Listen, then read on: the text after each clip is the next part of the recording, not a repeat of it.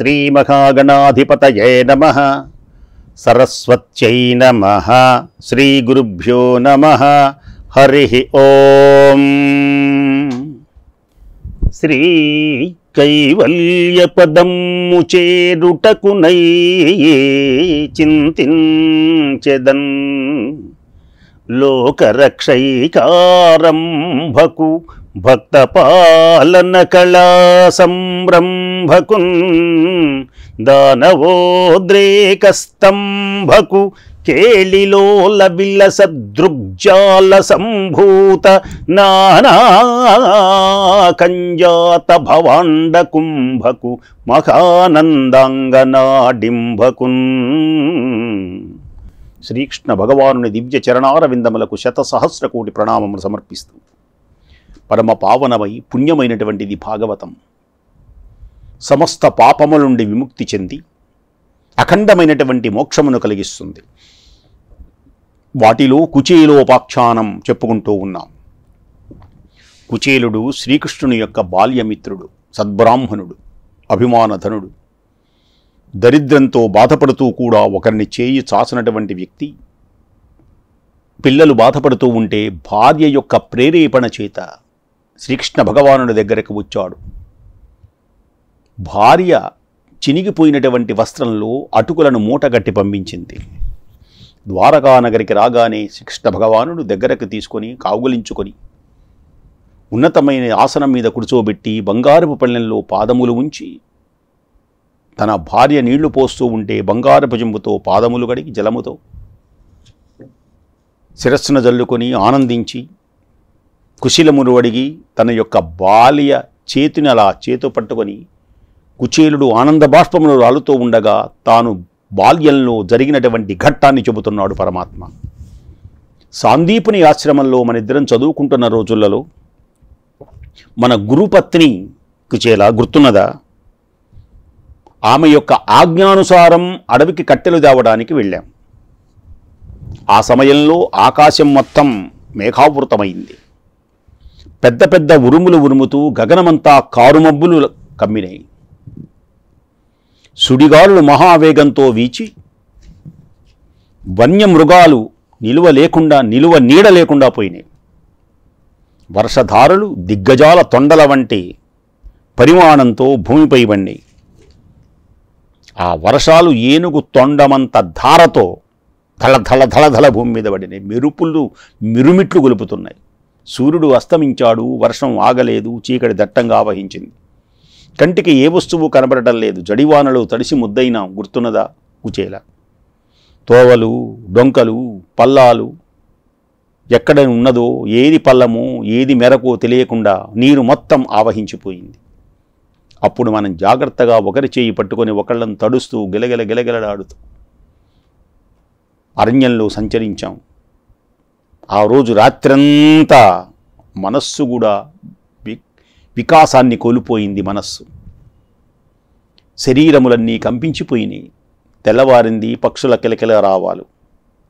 అప్పుడు గురువుగారైనటువంటి సాందీపుడు మనందరినీ వెతుక్కుంటూ కుచేలా కృష్ణ అంటూ వెతుకుతూ జడివానలు గడగడ వణికిపోతున్నటువంటి మనల్ని చూచాడు మన గురువుగారు సాందీపుడు. ఎంతటి ప్రేమో నాయనలారా! మా కోసం అడవికి వచ్చి బాధపడ్డారు. అయ్యయ్యయ్యో!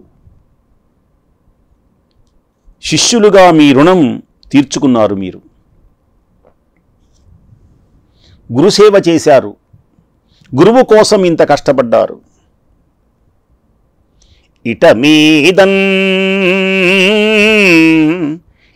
మీద మీకు విస్ఫుట ధన బంధుదార బహుపుత్ర విభూతి జయా ఆయువు ఉన్నతుల్ దీవించాడు. గుర్తున్నదా? గురుసేవ చేసినటువంటి మీకు ధనము, దారా, బహుపుత్ర సంతానం, అలాగే అనేకమైనటువంటి సంపదలు, దీర్ఘమైనటువంటి ఉన్నతమైనటువంటి ఆయుష్, విజయశ్రీలు మీకు చేకూరగలవు అన్నాడు ఆయన. కటకట ఇట్లు మా కొరకుగా తొన్నుదెంచి మహాటవిన్ సముత్కట పరిపీడిత నొందిరి పొందితిరే. మా కోసం బాధపడ్డారు. మహాటవిన్ సముత్కట పరిపీడన్ పొందితిరి. కావున శిష్యులు మీ రుణంబు నీకిట కారణంబు సమకూడెడిపో. మీ రుణంబు నీగుటన్. ఈనాటితో మీరు నా రుణం తీర్చుకున్నారు, నా రుణము తీర్చుకున్నారు, మిమ్మల్ని ఆశీర్వదిస్తున్నాను. ఇట మీద మీకు విస్ఫుటదన బంధుదార బహుపుత్ర విభూతి జరాయు ఉన్నతుల్. జయాయువులు జయాయువులు మీకు ఇక నుంచి ధన దార బహుపుత్ర సంపదలు దీర్ఘాయువు విజయశ్రీలు మీకు చేకూరగలవు. జయాయువు జయము కలుగుతుంది, ఉన్నతమైనటువంటి ఆయుష్ కలుగుతుంది, ఉన్నత స్థితి పొందుతారు. ఇట మీద మీకు విస్ఫుటదన బంధుదార బహుపుత్ర విభూతి జయాయువు ఉన్నతుల్ మీకు కలుగుగాక దీవించాడు. ఇక మనకు దరిద్రం ఎందుకుంటుంది మిత్రమా? గురుసేవ చేసిన వాళ్ళకి దరిద్రం అనేదే లేదు అనడానికి ఇదే నిదర్శనం. ఇలా దీవించి సాందీపుని వాత్సల్యంతో మహానుభావుడు సాందీపుడు మనలను తన మందిరానికి తీసుకొని వెళ్ళాడు. గుర్తున్నదా మిత్రమా? ఇవన్నీ నీకు గుర్తున్నవా? ఎప్పుడైనా అనుకుంటావా, నన్ను తలుచుకుంటూ ఉంటావా? కుచేలా, మా కృష్ణుడు నా పక్కన ఉండేవాడు, ఇద్దరం కలిసి అలా ఒకచోట తినేవాళ్ళం, ఒకచోట పడుకుండేవాళ్ళం. ఎప్పుడైనా నన్ను తలుచుకుంటావా కుచేలా? ఎందుకు తలుచుకోడు? రోజు తలుచుకుంటాడు. మిత్రుడు కదూ, మహాత్మా. మనం చదువుకున్న దినాలలో కుచేలా అన్యోన్య స్నేహ వాత్సల్యములలో చేసినటువంటి పనులన్నీ నీవు మరువవు కదా. మనం అటు ఇటు తిరిగేవాళ్ళం, ఒకచోట పడుకుండేవాళ్ళం, ఒకచోట చదువుకుండేవాళ్ళం, ఒక గట్టున తిరిగేవాళ్ళం, ఒక జట్టుకు తిరిగేవాళ్ళం మనమందరం. గుర్తున్నదా? ఈ విధంగా కృష్ణుడు తన చిన్ననాటి ముచ్చటలను పేర్కొని మాధవు మధుర ఆలాపంబులు విని అతనికిన్ కనుగొని కుచేలుడిట్లనియే. మధురమైనటువంటి వచనాలను విని కుచేలుడు పొంగిపోయినాడు. నన్ను తలుచుకుంటావా, నేను జ్ఞాపకం ఉన్నానా? అసలు ఆ మాటలు అనేటప్పటికీ కుచేలుని రోమాలు గగురు పొడిచినాయి. ఎంతటి ప్రేమ, ఎంతటి ఆప్యాయత నా మీద కృష్ణుడికి అంటున్నాడు. వనజోదో మహానుభావ దామోదర. వనజ ఉదర అంటే దామోదర. గురుమందిరంలో ఉన్న కాలంలో సంతోషంతో చేయనటువంటి పనులుంటావా? మనమిద్దరం సంతోషంగా చేశాం, ఎంతో సేవ చేశాం. అది అలా ఉండని. సరే, గురువు దగ్గర మనిద్దరం ఎంతో కష్టపడ్డాం, ప్రేమగా చేశాం, ఆప్యాయతగా, అసలు కష్టం అనేటువంటిదే లేకుండా ఆనందంగా గలిపాం. సరే, అది అట్లా ఉండని. నువ్వు గురుడకు గురుడవు, జగద్గురుడవు. ఇప్పుడు కృష్ణుడు ఎవరు అంటే జగద్గురువు. నీకు గురుడంటూ మరొకడున్నాడా? కృష్ణ వేదస్వరూప ఇందీవర శ్యామ మహానుభావ. ఆలోచించి చూస్తే ఇదంతా నీ లీలకాక ఏమున్నది స్వామి. కృష్ణ, ఎప్పుడెప్పుడు ఎలని ఎలా ఆడిస్తావో ఎవరికీ తెలియదు. వలదని నిన్ను వారించు వారికి వదలక వెంట తిరుగుతావు, కావాలి అనేటువంటి వారికి దూరం అవుతావు. జగద్గురువైనటువంటి నువ్వు ఒక గురువుని పొగుడుతున్నావు, గురువు దగ్గర శుశ్రూష చేశావు. సర్వము తెలిసినటువంటి నీవు ఒక పేదవాడైనటువంటి చినిగిపోయిన గుడ్డలతో దరిద్రుణ్ణి ఆదరిస్తూ ఉన్నావు. కుచేలుడు స్వాభిప్రాయంగా పలికినటువంటి మాటల్లోని ఆంతర్యాన్ని కృష్ణుడు గ్రహించాడు. ఆయన ఏం మాట్లాడతాడు? చాలా ఉన్నాయి మాట్లాడడానికి, కొన్ని మాట్లాడదలుచుకోలేదు ఆయన. కుచేలుడు మాట్లాడదలుచుకోలేదు. గోవిందుడు మందస్మిత వదనారవిందుడై కుచేలునితో, నీవిక్కడకు వస్తూ భక్తితో మాకేమి బహుమానం తెచ్చావు? నువ్వు ఇక్కడికి వస్తూ ఏ బహుమానం తెచ్చావు? ఆ పదార్థము లేశమైనా 10,000గా స్వీకరిస్తాను. నాకు కొంచెము ఇచ్చినా నేను ఆనందిస్తాను. నాపై భక్తి లేనటువంటి నీచుడు మేరు పర్వతమంత పదార్థం ఇచ్చినా అది నాకు అంగీకారం కాదు. దేనికని? నా స్వభావం ఏమిటి అంటే, దళమైనన్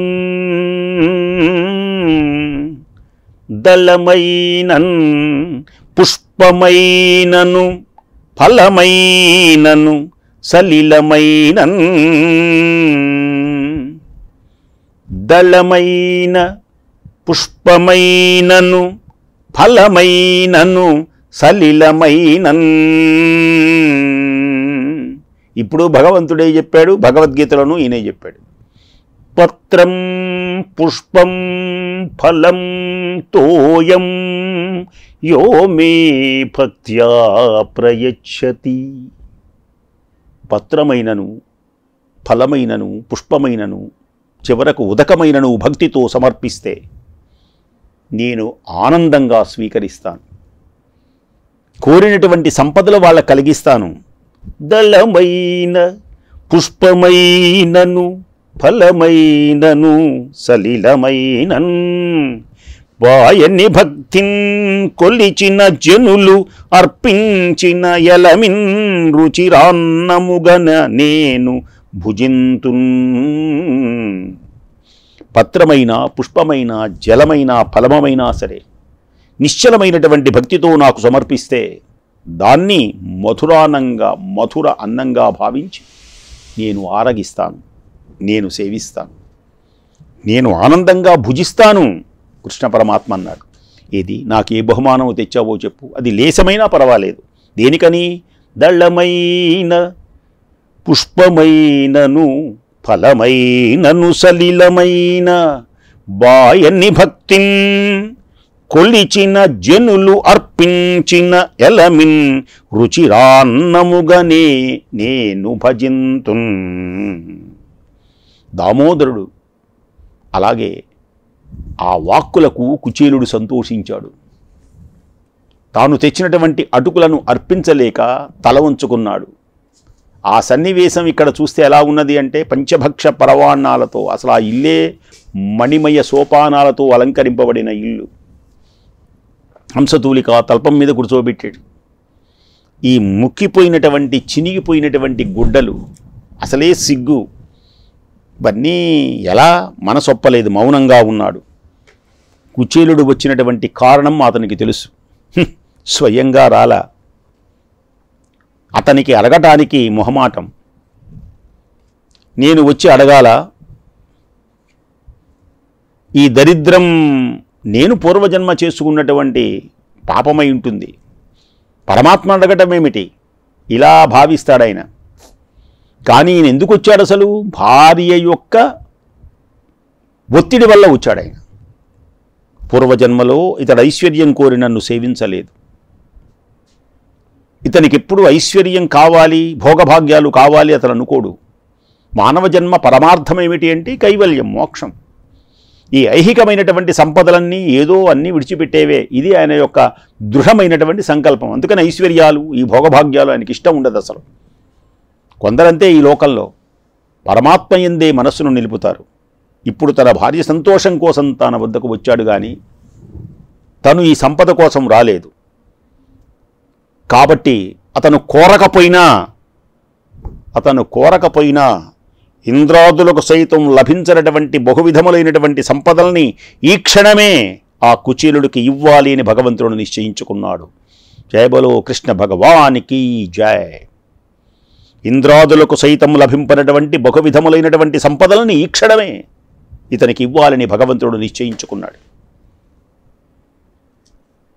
కుచేలుడు చినిగినటువంటి ఉత్తరీయంలో ముడివేసి తెచ్చినటువంటి అటుకులను తీశాడు. కృష్ణుడు ఇదేమిటి అని అడుగుతూ ముడి విప్పాడు. అటుకులు గుప్పెడు తీసుకున్నాడు. ఆహా, సమస్త లోకములన్నీ తృప్తి చెందడానికి ఈ గుప్పెడు అటుకులు చాలు అని శ్రీకృష్ణ భగవానుడు అత్యంతమైనటువంటి ప్రేమతో ఆ మూటలో ఉన్నటువంటి అటుకులను తీసి అలా నోటిలో వేసుకున్నాడు. కృష్ణార్పణం అంటూ. కృష్ణుడు ఆనందిస్తే కృష్ణుడి యొక్క పొట్టలో ఉన్న బ్రహ్మాండ లోకాలందరికీ భోజనం పెట్టినట్టే మనం. అది ఒక రహస్యం. అప్పుడు అటుకుల్ని ఆరగించాడు మహానుభావుడు. మళ్ళీ తీసుకున్నాడు. పిటికల్ని తీసుకొని మళ్ళీ ఇలా తినబోతున్నాడు. ఒక గుప్పెడుకే సమస్తమైనటువంటి ఇంద్రుడికి సైతం లభింపనటువంటి బహువిధములైన సంపదలని బహూకరించేశాడు ఆయన. అయిపోయింది, ఇచ్చేశాడు. అది రుక్మిణికి తెలుసు. కుచేలుడు ఏం చేయట అలా మామూలుగా ఉన్నాడు, అటుకులు తింటున్నాడే మిగతా వాళ్ళందరూ అనుకుంటున్నారు. వెంటనే రుక్మిణీదేవి తన భర్త చేతులతో వారించింది. స్వామి, ఇక చాలు. సొంపారగ అతనికి బహు అందింపన్ ఇవియ చాలును. సొంపారగ అతనికి బహు సంపదలందింపగనివియ చాలు, ఇక భక్షింపగవలదు.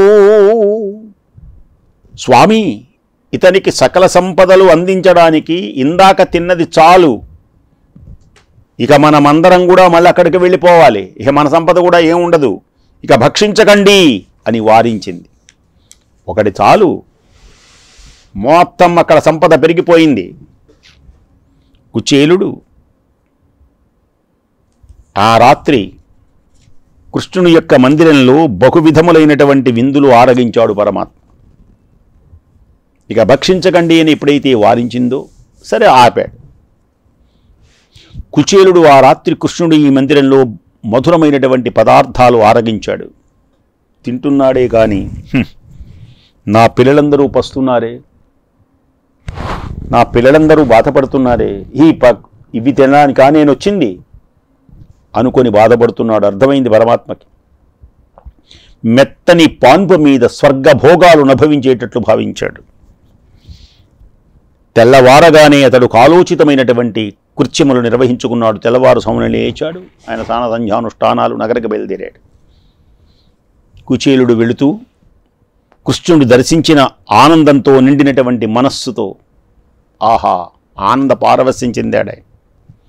శ్రీకృష్ణుడికి వీడ్కోలు చెప్పాడు. పరమాత్మ కూడా వెళ్ళి రమ్మనమన్నాడు. ఆయన ఇవ్వవలసింది మొత్తం ఇచ్చేసేసాడు. అనుకుంటున్నాడు ఎవరు? కుచేలుడు. బయలుదేరి వస్తూ నా పుణ్యమరయ నెట్టిదో, నా పుణ్యం అరయ నెట్టిదో, నా పుణ్య విధిన్, నేను ఎంతటి పుణ్యం చేశాను. అసలు నేను వెళ్ళగానే ద్వారకానగరిలో పరమాత్మ ఉండడం, నన్ను ఎవరూ అడ్డు పెట్టకుండా ఉండడం, పరమాత్మ నన్ను చూడడం, కౌగులించుకోవడం, ఆహా శ్రీకృష్ణ పరమాత్మను సందర్శించే అదృష్టం, ఓహో నాకు ఎంత పుణ్యమో. నా పుణ్యమరయ నెట్టిదో, నా పుణ్య విధిన్, అశ్రాంతు అచ్యుతుం నిఖిల వ్యాపకు బ్రహ్మణ్యుని చిద్రూపకున్ పురుషోత్తముని పరున్ కనుగొంటిన్. ఆహా నా పుణ్యము ఎలాంటిదో. అనంతుడు, అచ్యుతుడు, అఖిల వ్యాపకుడు, చిన్మయ స్వరూపుడు అయినటువంటి శ్రీకృష్ణ భగవానుని సందర్శించే అదృష్టము నాకు కలిగింది. ఎంతటి పుణ్యం చేశాను, నా పుణ్యఫలం అనుకుంటున్నాడు. మళ్ళీ దర్శించాను, బాగుంది. పరికింపన్ ఆలోచిస్తే కృపణ స్వభావుడనై నట్టినేడా. ఆలోచిస్తే పరమదరిద్రుడైనటువంటి నేనెక్కడ? నిఖిలావనీశ్వరియగు ఇందిరాదేవికి అనయంగ నిత్య నివాసుడై ఒప్పు అవ్వాసుడేవుడేడా. ఆహా! లక్ష్మీ నివాస స్థానమైనటువంటి వాసుదేవుడు ఎక్కడ? నేనెక్కడ? నిష్టదరిద్రుణ్ణి. నన్ను ఎవడూ తలుచుకోడు, పరమాత్మ తలుచుకున్నాడు తప్పితే ఇంకెవడు లేడు. పరమాత్మ తలుచుకుంటే భువనాలని తలుచుకున్నట్టే లెక్క. అది దీంట్లో అంతరార్థం. కృపణ స్వభావుడనైనట్టి ఏడేడా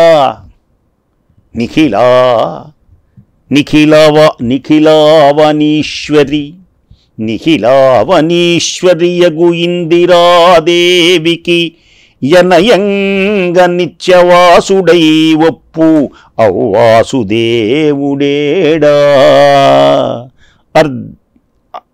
నన్నర్థిమైన్. ఆహా! అనురాగంతో నన్ను తోడబుట్టిన వాడిగా తలచి కౌగిట చేర్చుకున్నాడు. నేనెక్కడ? నిష్ట దరిద్రుడైనటువంటి నేనెక్కడ? సమస్తమైనటువంటి లోకముల చేత ఆరాధింపబడేటువంటి మహనీయుడైన లక్ష్మీదేవి భర్త అయినటువంటి పరమాత్మ ఎక్కడ? అహో! దైవ సమానంగా భావించి నన్ను పాన్పు మీద కూర్చోబెట్టుకున్నాడు, నన్ను దైవం అంటున్నాడు. అసలు ఎంత ప్రేమ, ఎంత ఆప్యాయత! నన్ను గొప్పగా సత్కరించాడు. ఆయన పట్టపు దేవి అయినటువంటి లక్ష్మీ సమానురాలైన రుక్మిణీదేవితో నాకు వింజామరలు వీచి నా శ్రమను పోగొట్టాడు. శ్రీకృష్ణుడు సాక్షాత్తు లక్ష్మీదేవిని లాలించే ఆ పవిత్రమైన పాణి పల్లవాలతో ఆప్యాయతగా నా పాదములొత్తాడు.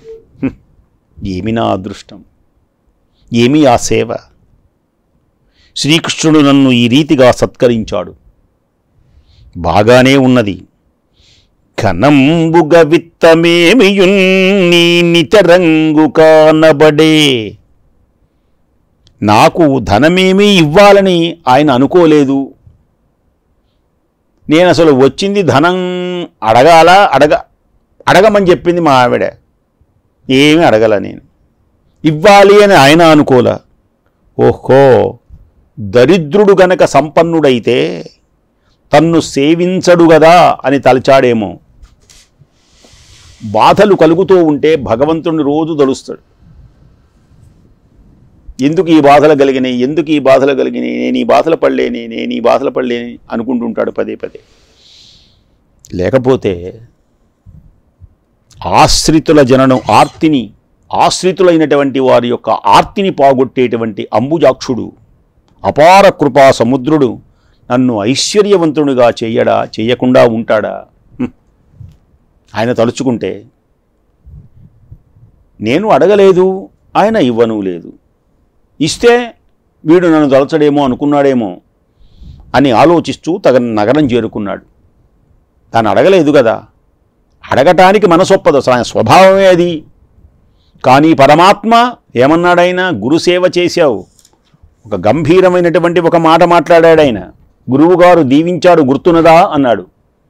మనల్ని ఏమన్నాడు? నా రుణం తీర్చుకున్నారా,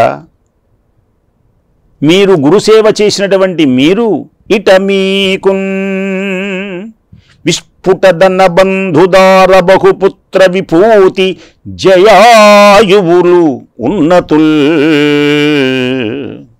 ఇక మీకిక ధన దార బహుపుత్రాదులతో సకల సంపదలతో దీర్ఘాయువుతో విజయశ్రీలు మీకు చేకూర్చగలవు అన్నాడు. పరమాత్మ చెప్పాడు అంటే గూఢంగా చెప్పాడు. మనిద్దరం సేవించాం, నేను ధనవంతుడైనాను, నువ్వు కూడా ధనవంతుడు అవ్వాలి కదా గురుసేవ చేసిన వాళ్ళు. అవన్నీ ఆయన గూఢంగా మాట్లాడిన మాటలు. ఈయన అనుకుంటున్నాడు నేను దరిద్రుణ్ణి కదా, నేను అడగను లేదు, ఆయన ఇవ్వను లేదు. సకల సంపదలు మహానుభావుడు ఏం చెయ్యాలి? అలా ఆలోచిస్తూ తన నగరం చేరుకున్నాడు. ఈ రీతిగా కుచేలుడు ఎప్పుడైతే తన నగరం చేరుకున్నాడో ఆ నగరంలో తన ఇంటి దగ్గరే ఒక అద్భుతమైనటువంటి ఒక ప్రకాశించేటువంటి అద్భుతమైనటువంటి ఒక మందిరాన్ని చూచాడు కుచేలుడు.